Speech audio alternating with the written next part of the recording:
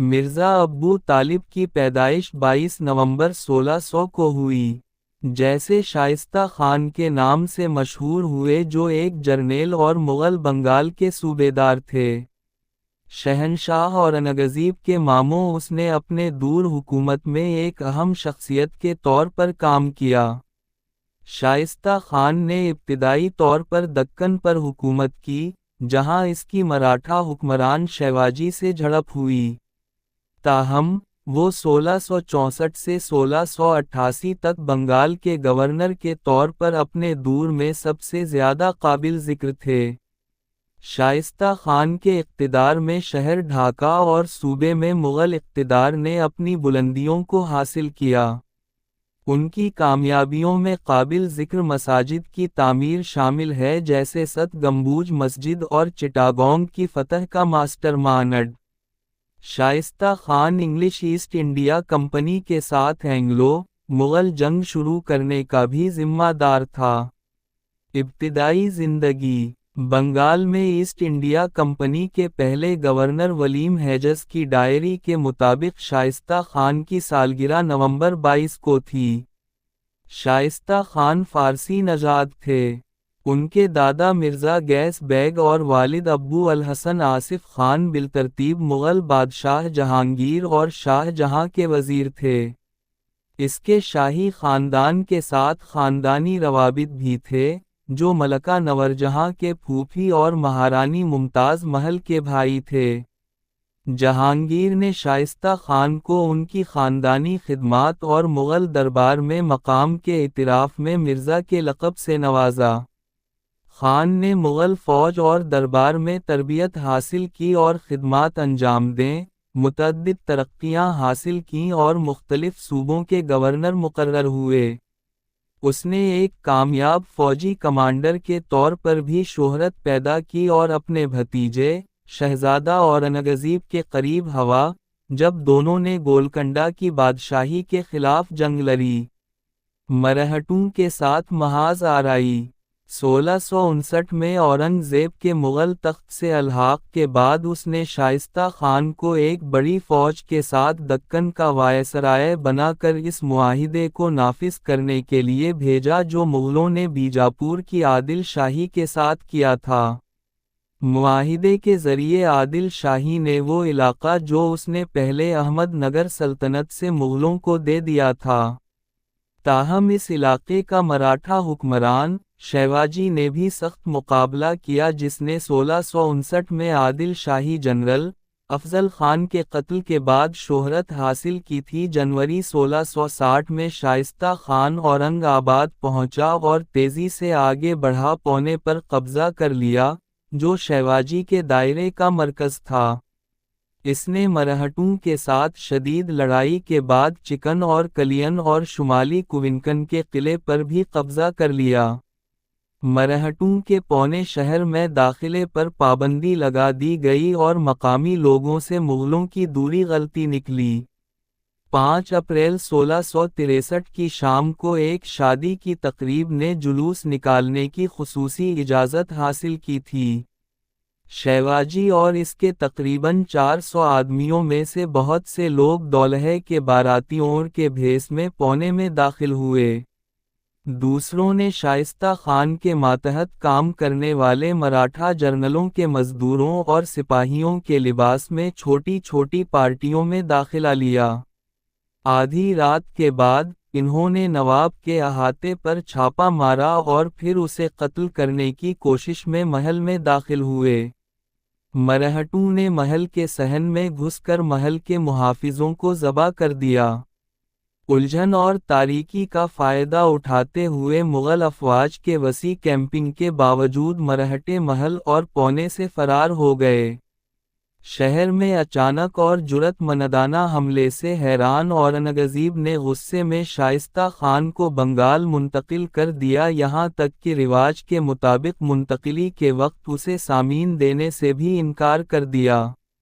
بنگال کا صوبیدار 7 مسجد کی تعمیر کا سہرا شائستہ خان کو جاتا ہے، اور 1663 میں میر جملہ دوم کی وفات پر شائستہ خان کو بنگال کا صوبیدار مقرر کیا گیا۔ گورنر کے طور پر انہوں نے یورپ، جنوب مشرقی ایشیا اور ہندوستان کے دیگر حصوں کے ساتھ تجارت کی حوصلہ افزائی کی۔ اس نے یورپی طاقتوں کے ساتھ تجارتی معاہدوں پر دستخط کر کے اپنی طاقت کو مستحکم کیا۔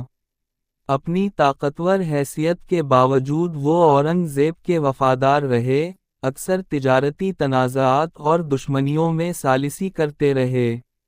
1666 میں شائستہ خان نے چٹاگانگ کی مہم کی قیادت کی اور پرتگالی اور ماگہ کے محافظ کو 300 فلوٹلوں کے ساتھ ملک بدر کیا۔ مغل افواج نے یہاں تک کہ سندیپ میں پرتگالیوں کو مغل بحری آپریشن کے طور پر استعمال کرنے کے لیے اپنے اڈے چھوڑنے پر مجبور کیا۔ بعد میں اس نے 1686 میں بنگال سے انگلش ایسٹ انڈیا کمپنی پر پابندی لگا دی، جس سے اینگلو مغل جنگ شروع ہوئی۔ 1678 میں شہزادہ محمد اعظم شاہ کو بنگال کا صوبیدار مقرر کیا گیا۔ 1680 میں شائستہ خان کو دوبارہ بنگال کا صوبیدار مقرر کیا گیا۔ اس نے اپنی پہلی مدت 1663 سے 1678 تک اور دوسری مدت 1680 سے 1688 تک کی۔ تعمیراتی منصوبے: شائستہ خان نے ڈھاکہ میں جدید بستیوں کی تعمیر اور عوامی کاموں کی حوصلہ افزائی کی جس سے بڑے پیمانے پر شہری اور اقتصادی توسیع ہوئی۔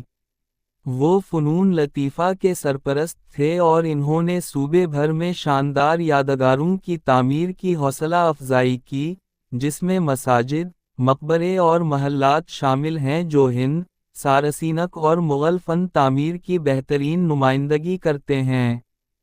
خان نے لال باغ قلعہ، چوک بازار مسجد، سات مسجد اور چھوٹی کٹرا کو بہت وسیع کیا۔ انہوں نے اپنی بیٹی بی بی پری کے مزار کی تعمیر کی بھی نگرانی کی۔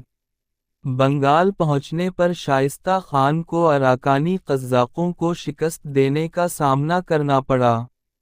اس نے مغل بحریہ کی تعمیر نو شروع کی، اس کے بنگال کے بیڑے کو ایک سال کے اندر 300 جنگ کے لیے تیار بحری جہازوں تک بڑھا دیا۔ اس نے ڈچ ایسٹ انڈیا کمپنی کے ساتھ ساتھ پرتگال کی حمایت حاصل کرنے کے لیے سفارتی کوششیں کی۔ ڈچ فوج کی براہ راست حمایت کے ساتھ شائستہ خان نے مغلوں کی قیادت میں مجلس خان کی سربراہی میں اراکانیوں کے زیر قبضہ سندیپ پر حملہ کیا۔ اراکانی کنٹرول میں رکھنا: نومبر 1665 میں مغل افواج اس جزیرے میں کامیاب ہو گئیں۔ جب اراکانیوں اور پرتگالیوں کے درمیان تنازع شروع ہوا تو شائستہ خان کو کافی فائدہ ہوا۔ کیپٹن مور کی قیادت میں پرتگالیوں نے اراکانیوں کے بحری بیڑوں کو آگ لگا دی اور بھولوا بھاگ گئے جہاں تھانیدار فرہادہ خان نے انہیں پناہ دی۔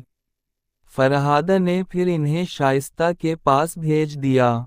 فوری طور پر تحفظ اور مدد کی پیشکش کر کے شائستہ نے پرتگالیوں کی اراکانیوں کے خلاف مدد حاصل کی۔ شائستہ خان بعد کے دنوں میں دسمبر 1665 میں شائستہ خان نے چٹاگانگ کے خلاف ایک بڑی فوجی مہم شروع کی جو اراکانی سلطنت کا بنیادی مرکز تھا۔ شاہی بحری بیڑے میں ان کے اپنے 288 جہاز تھے اور تقریباً 40 فرنگیوں، پرتگالی، کے بحری جہاز معاون تھے۔ ابن حسین، شائستہ خان کے ایڈمرل کو بحریہ کی قیادت کرنے کے لیے کہا گیا، جبکہ صوبیدار نے مہم کے لیے سامان کی فراہمی کی ذمہ داری خود لی۔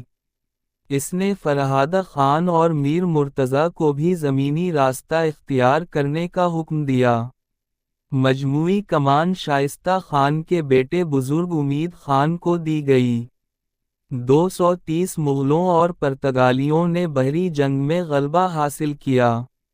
کاشیپ نادی، دریائے کالادن، کے مغربی کنارے تک کا فتح شدہ علاقہ براہ راست شاہی انتظامیہ کے تحت رکھا گیا تھا۔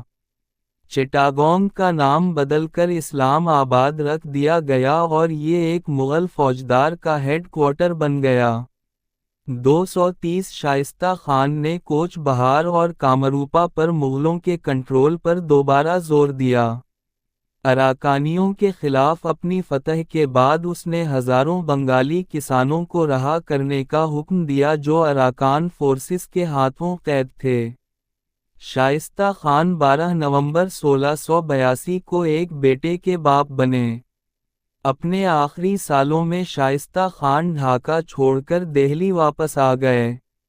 ڈھاکہ کا تجارت، سیاست اور ثقافت کے علاقائی مرکز میں توسیع ان کی میراث تھی۔ ایک چھوٹی بستی سے ایک ترقی پذیر اور خوشحال شہر۔